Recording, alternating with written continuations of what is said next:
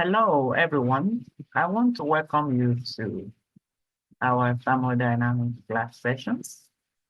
And this is week 4. So um, you could go back and look at the other sessions for the previous weeks. So this week, we will be looking at the phase rule. The phase rule. When you see phase rule and you see this expression, F is equal to 2 plus n minus 5, and these are the means. You sometimes just wonder, what is this? But we'll come back to this. And by the time we return, it should be very explicit and you should be at home with it. So let's go on to the principle that make this thing clear. Basic concept. The state of a pure homogeneous fluid is fixed when two intensive thermodynamic properties are fixed. It could just be sounding abstract, but just follow me. In contrast, when two phases in a system are in equilibrium, the state of the system is fixed when only one of such variables is specified. Okay, let's take practical examples. The first statement here says the state of a pure homogeneous fluid is fixed when two intensive thermodynamic properties are fixed. What do we mean by that? Let's look at system A, for example, which is pure water. We are looking at water in its liquid state, and because it is pure, it is homogeneous. So that takes care of this word here. The state of a pure homogeneous fluid. So our system A falls into that description. Now we see that the state of this water of system A is fixed. What do we mean by it? We mean it is fully determined. We can describe that system completely. We can characterize that system completely in such a way that someone else, somewhere else, can reproduce it. So, if, for example, I have a glass of water, and the temperature of this glass of water is 45 degrees C, for example. It's pretty warm. And then the prevailing pressure. I tell you that the prevailing pressure is 1 atmosphere. So I have told you the temperature, told you the pressure of my system. The temperature is 45 degrees C. And the prevailing pressure is 1 atmosphere. You can, this system is characterized, it's completely fixed. Now look at the first sentence again. The state of a pure homogeneous fluid is fixed when intensive thermodynamic properties are fixed. So I have fixed two properties, and these two properties are intensive. These two properties of system A are temperature and pressure. With this information, you can reproduce this same system in anywhere. You can get water at a pressure of 1 atmosphere and raise it to a temperature of 45 degrees. And that would be exactly the same thing with my system. Any other thing that holds in that system, the density, the refractive index, anything about that system will be exactly the same with the one you have produced. Okay, so now we go to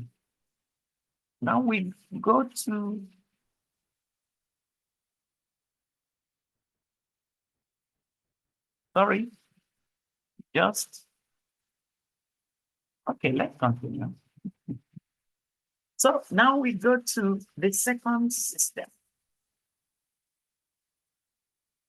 Look at the second point up here. In contrast, sorry, when two phases in a system are in equilibrium, the state of the system is fixed when only one of such properties is specified. Please, in this case, note that this phases is also referring to a pure compound, a pure phase. Yeah. So now let's take a second case. The same pure water. This is pure water. This is pure water. The same pure water at its boiling point. When water is boiling, at that boiling point, the temperature is constant, but you have two phases there, liquid and vapor phase in equilibrium. Now, this statement says for system B, the state of the system is fixed when only one of such properties is specified. So, if I have boiling water at a prevailing pressure of 1 atmosphere, right? That's what I need to tell you. I don't have to tell you temperature. So, the temperature of my boiling water or the pressure at that boiling point is sufficient information for you to reproduce boiling water. Let me give you an example. If I have boiling water at 1 atmosphere, all I need to tell you is that the pressure is 1 atmosphere. I can either give you the pressure or I give you the temperature. You don't need both, you need just one. So if I tell you that the pressure is 1 atmosphere, you can reproduce boiling water, right? At 1 atmosphere. Once you take your boiling water, once you get water at 1 atmosphere to boil, the temperature will automatically be the same with mine, even without my telling it. 100 degrees centigrade. The density will be the same, right? The refractive index will be the same, everything will be the same, but I've given you only one property that completely characterizes my system. Now let's look at system very quickly. The intensive state of a system at equilibrium is established. You can say established, you can say characterize the system, you can say fix the properties of your system. So the intensive state of a system at equilibrium is established when its temperature, pressure, and composition. You can use more fractions. Yeah. Composition of all phases are fixed. So these are called phase variables. Phase variables are temperature, pressure.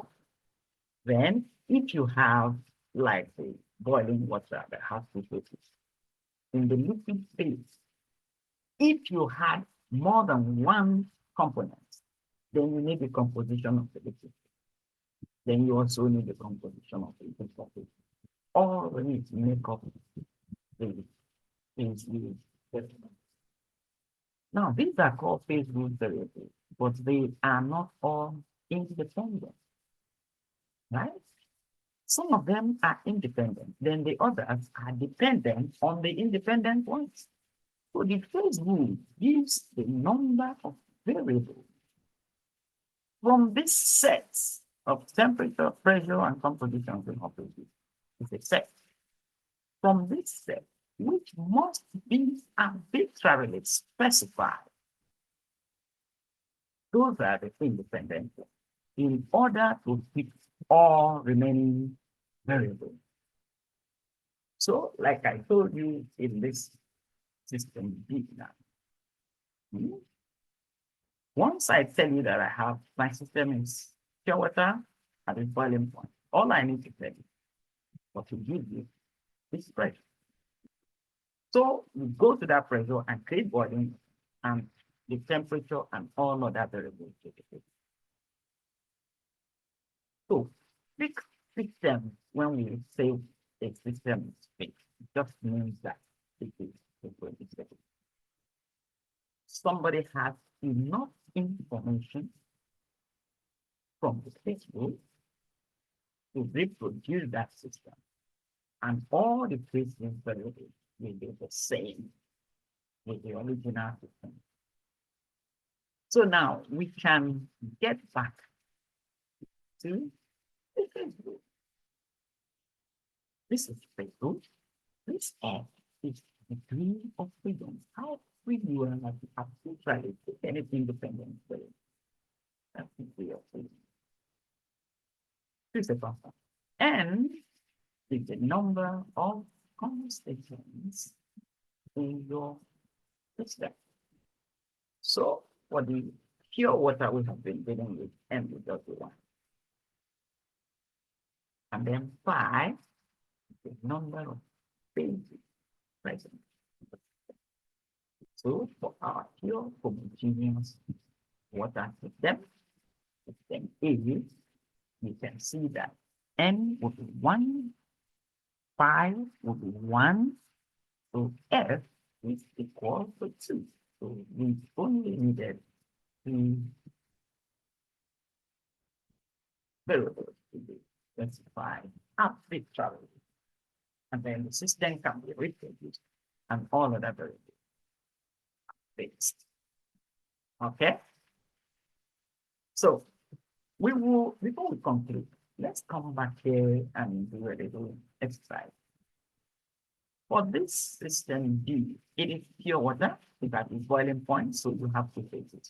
Let's see if we can get 1 as our F. Do it here. So pure water is 1, then you have 2 phases. Can you see? 2 plus 1 minus 2 will give us 1. So F will be 1, so we just need to specify on the 1, either temperature or pressure. Now, when you have a multi-component system, then this M will vary. For this example, we did here just the pure system, so M was 1. Now, if I think of a system at its triple point, for example, if I have a salt solution and I bring it to the boiling point and I have the salt crystals present in the system, that's liquids, vapor and solid. So I have 3 phases. So I will be free. And because it's just a pure salt, M will still be 1. Now, in that case, you're going to have F equal to 0. So I am not free to specify anything. Such a system can only exist once you get that system anywhere, anytime, under any condition, keep it exactly the same, with the same system produced anywhere at the point. You see, if you look at this system A, for example, the pure liquid water, if I change the temperature, then if I specify a different temperature for my system, let's say my water initially, I told you was at 45 degrees. If I put it to 25, I also have to give you the pressure, or else you could produce water at 25 degrees at different pressure. And it won't be the same with the density of cups will be the same. The practical index will not be the same. The surface tension will not be the same. Some things. So that degree of freedom means I am free to specify those 2 arbitrarily. And then I am free to change those 2. And then when I change them, then I would have defined another system, which is also reproducing it. For system B, I specify only 1. So I am free to change that one because it is independent. Okay? So for the triple point water solution we just mentioned, you are not free to. The degree of freedom is 0 because that system cannot exist under any other condition. If if you change the pressure, for example, the temperature, right, will automatically change, and you won't get triple point until you attain the new temperature and new pressure. If other things, in fact, in this case of triple point, you really can't change anything. It just shows you that that system at triple point, the one I just explained about salt, cannot exist under any other condition. Unlike boiling water, I can boil water at 90 degrees centigrade if my pressure is somewhat lower than 1 atmosphere. So I will still get water, liquid and volume, liquid and vapor in equilibrium at 90 degrees C, but at a lower prevailing pressure. I can have the same system at 100 degrees C at 1 atmosphere. I can have the same system at 105 degrees C, for example, at a pressure that is higher than 1 atmosphere. You see, that degree of freedom, you are free to vary properties and still get that system at that different condition. That's really the meaning of degree of freedom. So I think we can conclude now. This rule tells us the degree of freedom. That is how free we are. We arbitrarily fix a system property, or how many such system properties we can arbitrarily fix. If you can fix something arbitrarily, then you can vary it. Yeah. Secondly, the phase rule applies to any system in equilibrium. You see, if a system is not in equilibrium, you can't characterize it. You can't completely determine its properties, and so you can't reproduce it. So it applies to systems that are first in equilibrium, so that they can be reproducible. Thirdly, phase rule applies to both homogeneous and heterogeneous systems, both single phase and multi-phase systems. So it's a very versatile rule, and it's very useful in determining systems that we can create, systems we can vary, and systems whose properties we can vary, and systems we can reproduce. Thank you. I hope this is getting clearer. So I will say bye for now and see you in the next class.